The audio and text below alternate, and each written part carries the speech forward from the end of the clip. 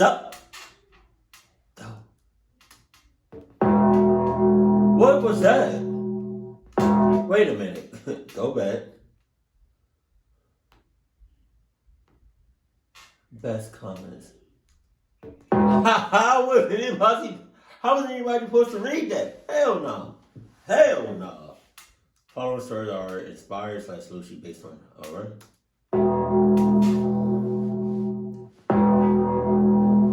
Alright. My name is Alan. I have a wife and 2 young daughters. I'm just an ordinary man who has a boring office job. But what I'm about to tell you is something incredible. For this story, I need you to open your mind as much as you can. I won't judge you if you don't believe me. To tell you the truth, if my family hadn't gone through what I have, I wouldn't believe myself either. It all started when we moved into this house where my parents had lived all their lives. I mean, yeah, it's sunny. Yeah, partly cloudy. Cloudy. You know, blue skies, birds chirping. That's cool and everything. I don't know if you're in the middle of the woods, but you definitely got some woods in the back of the house. You got nothing, nada. My mother had recently passed away and the house was uninhabited. We decided that what she would have wanted was for us to live there, to fill the house with new and beautiful memories with her granddaughters. What we didn't know was that we were not going to be alone. At first, we only heard strange noises in the house. The children were telling me that they saw people walking around at night. Oh no. That the doors would open and close by themselves, or that the doorbell would ring by itself. I can't deny the noises, but the kids had never lived in a big house, so the rest was probably a product of their imagination. After a while, even I could deny what was happening. Doors opened and closed on their own without the slightest drop of air running through the house. The faucets opened and some rooms were freezing in the middle of summer. All this would have been enough for me to leave except for one detail. I was sure that the presence that inhabited the house was my mother. At first, I was afraid, but eventually I began to hear someone humming a familiar song. It was the same one my mother used to sing to me when I was little. My family didn't seem very convinced of this, but I convinced them by making them see what was going on in the house. Had never hurt any of us in any way. Everything was fine for a while. We tried to get used to what was going on, but things started to get worse. Some dishes... Get used to the shit? Get used to the paranormal activity? Wow. Your family's literally clucked from the start of your generation and on, and on, and on. Flying dangerously against us. The kids felt constantly watched, and even I started to get a strange feeling that something bad was going to happen. Was my mom mad about something? Or was there something else in the house? We had only one way to find out. Ask her. What? Oh my God. The day we chose to do it was Halloween, since that was the night when all the spirits are most active, and all the... Is it? I mean, I wouldn't put it past you, but is it though? I didn't know that. If it's true, I did not know that. I mean, it makes sense. Normal activity increases. We bought a Ouija board with my wife, and...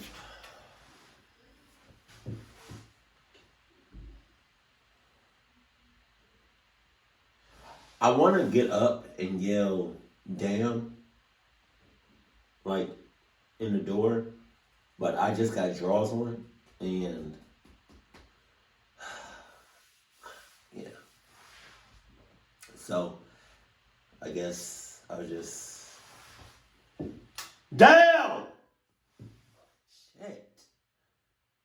The fact, do they really still, yeah, they do, because I went to a Hot Topic, or some dark store that had some weird shit in it, and we went to one of them, and there was a Ouija board. I don't know if it was real or not, but they definitely had Ouija boards for sale.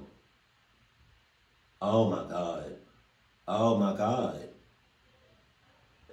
Why do they have them Jones just for sale?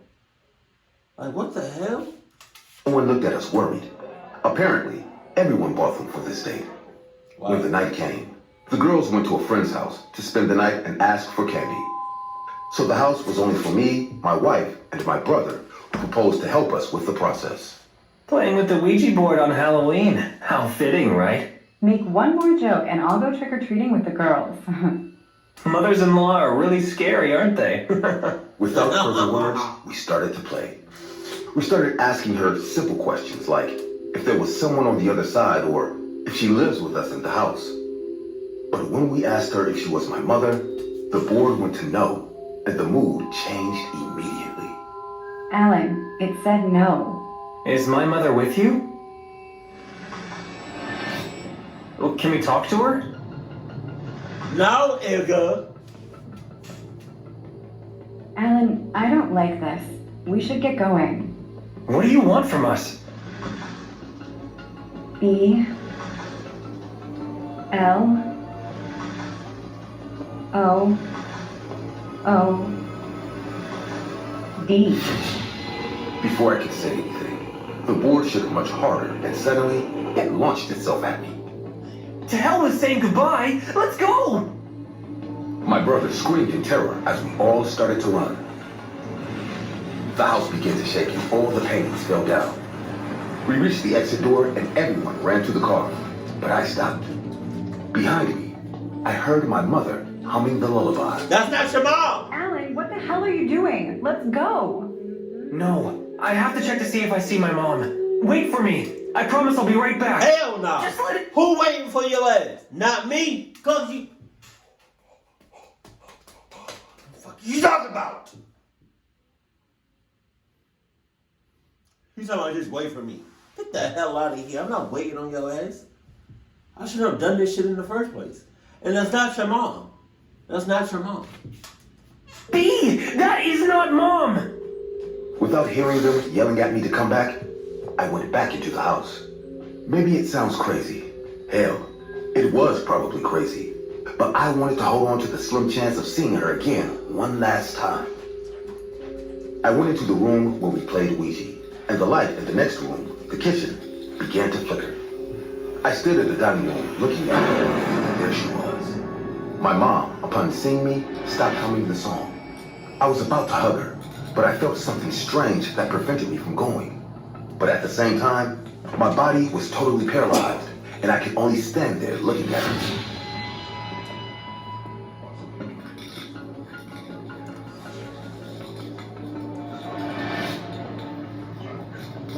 Jesus.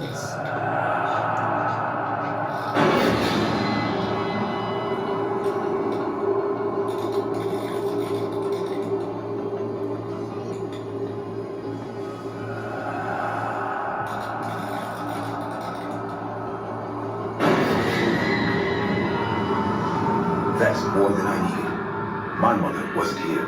No. She never was. Just something that played with me from the beginning. I got in the car crying, and as Cheryl was scolding me, I looked at the window of the house, and standing in it was my mother standing there, greeting me with a huge smile. Her eyes and mouth were cooked as she finished waving at me. Her face was shaking, like the monster I had seen in the kitchen. Several months passed since everything happened. After my brother put us up in his house, we were able to raise the money to move out on our own again. Oh, We did not God. suffer any paranormal event again, nor did we try to sell that house. We do not wish that nightmare on anyone else. From now on, no more ghosts.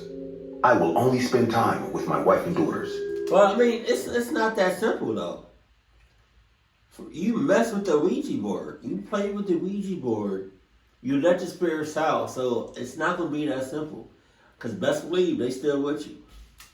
It's what my mother would have wanted.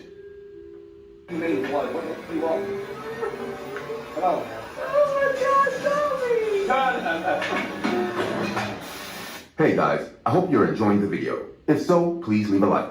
And also, a small percentage of people that watch my videos are actually subscribed. If you want to support this channel and make this channel reach the 1 million mark, please consider subscribing. It's free and you can change your mind later. Enjoy. This incident happened one Halloween night. Since then, I have stopped celebrating Halloween in my house. My wife and I couldn't have children of our own. Hence, we generally had a soft corner for kids. My wife, Samara, would buy lots and lots of candies before every Halloween to give to the neighborhood kids. So this one Halloween, we went to the supermarket to pick up groceries and candies. While returning home, we saw cop cars in front of our neighbor's house. Feeling curious, I stopped the car. Oh, I think something bad has happened here. So many cops here. Look, the paramedics are coming too. My wife pointed at the ambulance coming our way, and I realized the gravity of the situation. A group of people were decorating the streets for Halloween, but now they were all gathered around the house watching the scene with us. 2 cops came out of the house, and we heard a woman's shrill cry. Oh God, my son, my poor Liam. Oh God, I want him back. I want him back, please. We saw our neighbor, Mr. Dempsey, trying his best to hold his paranoid wife. Miss Dempsey was out of control. She was screaming and crying like hell. The paramedics went in and took out a small boy that was wrapped in black polythene. It wasn't hard to tell from the size of the boy that it belonged to a child. The cops took away the body, and Mr. and Miss Dempsey went to the paramedics. My wife and I were still standing there with no clue whatsoever when we saw 2 men coming our way. I asked one of them, Excuse me, what happened here? Oh, don't ask, man. Poor Dempseys. They lost their child before Halloween. What? Why? What happened? Their 7-year-old son was playing in the basement when he accidentally locked himself inside an old cupboard. Mr. and Mrs. Dempsey were upstairs in the kitchen when they called out to their son for dinner and he didn't show up. They felt weird and went down to check on him. They searched the entire basement but couldn't find him. That's horrifying. How did they find him then? Well, Mrs. Dempsey saw a piece of blue cloth peeking out from the cupboard door. She opened it and then found the poor, lifeless kid inside the cupboard. Samara got emotional, and I too felt extremely bad for the Dempseys. No pain in this world could surpass the pain of losing your child. We came home and Samara didn't talk the entire afternoon. She just sat on our porch and watched the neighbors dressing up for Halloween. Once the sun went down, kids started to come out of their houses wearing all kinds of spooky costumes. They went door to door asking for candies. No matter how disheartened we were, we still got up, brought our candy bowls, and gave them to all the kids who came trick-or-treating. You know, Jonah, I just realized something today. Samara said while closing the door after distributing the last bit of candies to a group of kids. What's that, hon? It's good that we don't have kids. At least I don't have to be afraid of losing them. I just can't imagine what pain Mrs. Dempsey is going through right now. I could see her teary eyes. I hugged her and kissed her on the forehead. Come on, let's go to bed. You need to sleep. That poor kid. We went upstairs. I stood in front of the bedroom window for a while. The entire neighborhood had gone quiet by the time. All the kids were back home. Every house was glittering with lights and candles placed inside pumpkin heads except the Dempseys. Their house was in complete darkness. Heaving a sigh of sorrow, I went to bed too. I don't remember when I fell asleep, but suddenly, a noise woke me up. Rubbing my eyes, I got up on the bed and heard that noise again. Someone was knocking on the door. I looked at the clock. It was 2:30 in the morning. Jesus. Samara was deeply asleep. I came downstairs and opened the door. To my surprise, a kid was standing on my porch. A boy wearing a blue t-shirt and white...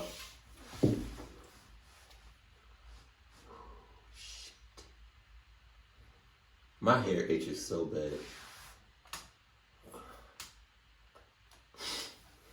Damn. I don't suppose you got any ghost candy.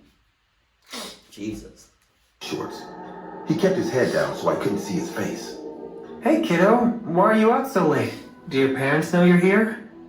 No. The kid's voice sounded so weird to my ears. Also, the fact that he was dressed so casually startled me a bit. After all, it was Halloween, and this kid was not in a costume. I asked again. Are you alright? As the kid lifted his head, I almost got a heart attack. His face was pale like a blank sheet, and his eyes were completely black, darker than the darkness. Whoa, you look pretty spooky. This was a good idea for a Halloween costume, though. I'm hungry. Jesus! Can I have some candies? He opened his palm, saying this. You're a little late, buddy, but let me see what I can do. Wait here, okay? The kid tilted his head to the right and just stood that way like a statue. I thought to myself that this kid not only nailed his Halloween look, but also acted scarily. I went to check the fridge and found a half-eaten chocolate bar. I grabbed it and came back to the door to give it to the kid, but he was gone. You gonna give up? First of all, I don't know what you got. You look clean, but I don't know what you got. You know, just because you look clean don't necessarily mean you are clean. If I ever went trick or treating and somebody gave me a half-eaten, come on, yo.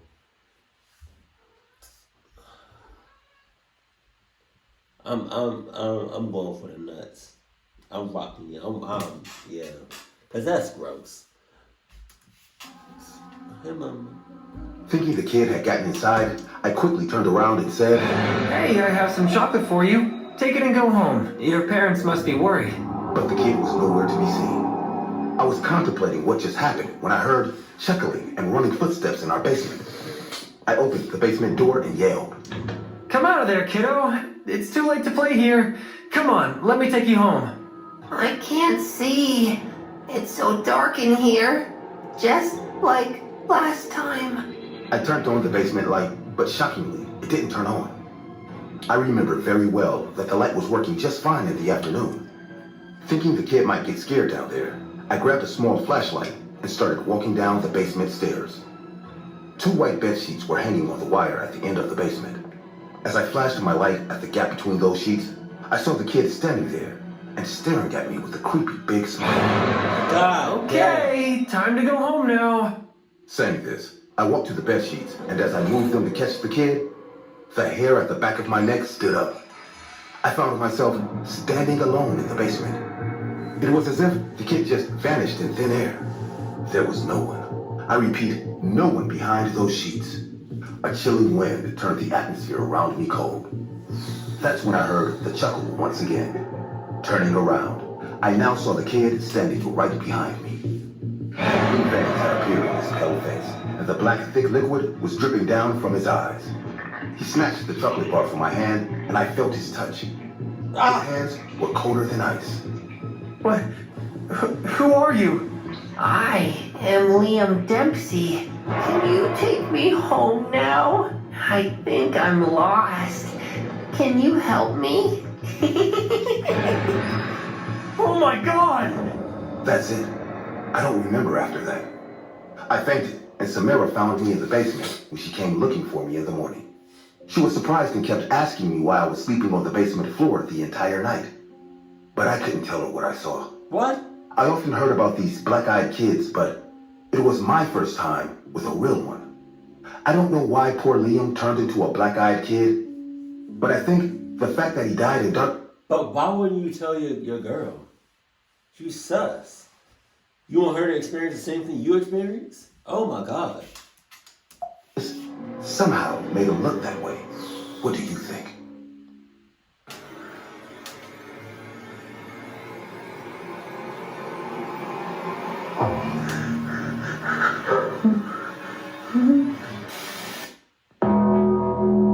Oh my God. God damn.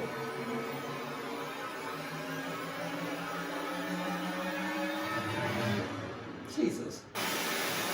Do you really know how much a traumatic situation can break a child? Sometimes it's hard to admit, but my own father is a disgusting monster. He looked disgusting. When I was young, although he was never particularly fond of me, he didn't treat me bad either. On the other hand, with my sister, that man was different. Ever since Jane was born, 6 years after me, our father was always very close to her, pampering and over...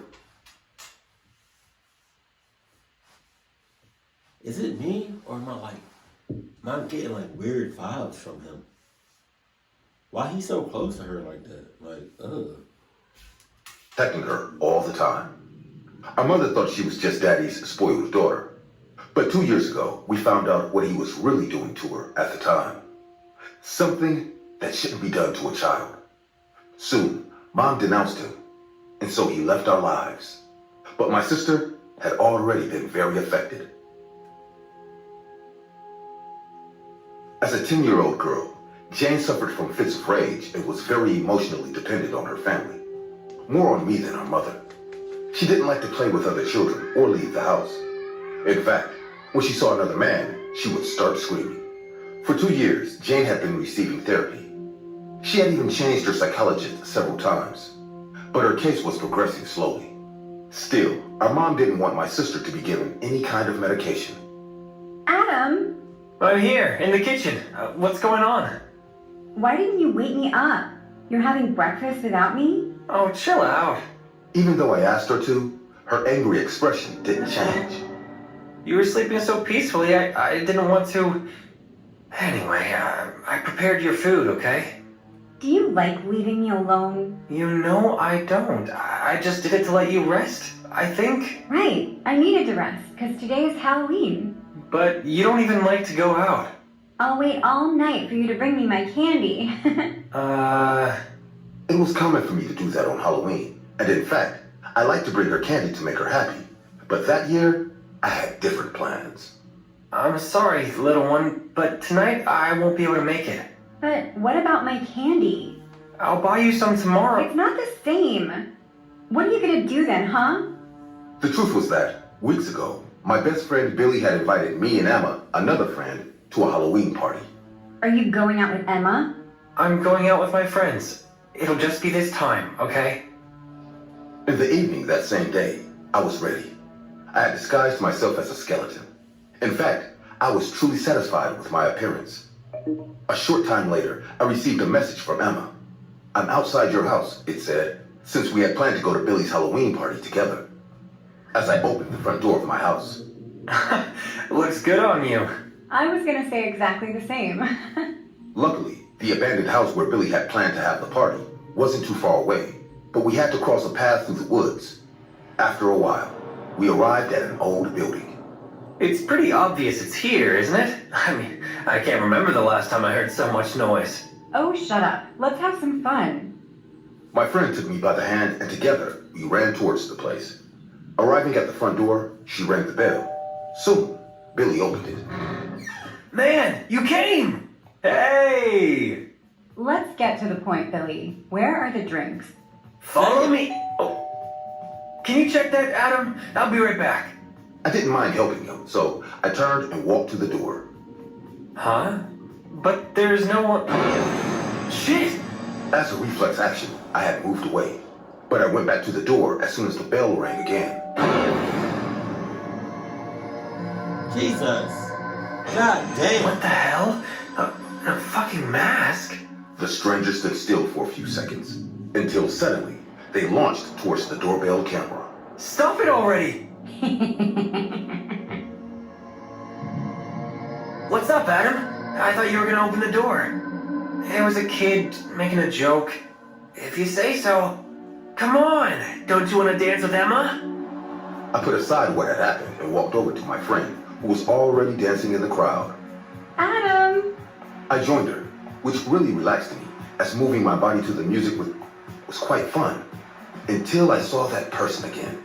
The broken doll was now inside the house. How'd she get in the house? From the other people.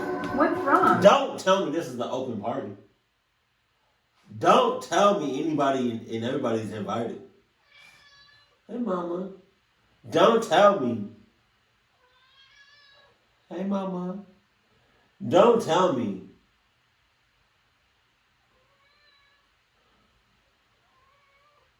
Everything is unlocked with easy access.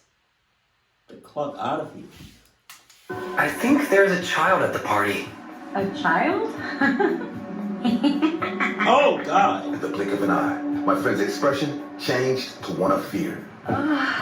Emma? When she fell to the ground, I could see that she had a knife stuck in her torso. Emma! Billy, come here! My friend came after a few seconds, when the people around were realizing what was happening. Shh. What happened? I don't know. What the fuck are you waiting for? Call an ambulance! I took my cell phone out of one of my pants pockets, but I couldn't concentrate. I can't do anything with such loud music. Well, then go upstairs, genius. It didn't take me long to walk among the people until I reached the stairs of the house and went up to the second floor. I typed the emergency number and was about to call. What? The broken doll was there, coming up the stairs in an oddly wobbly way. Did you like what I did to Emma? What the? My heart started beating fast when I saw the person had a knife in their hand, so I decided to run along the hall, enter a room, and lock the door.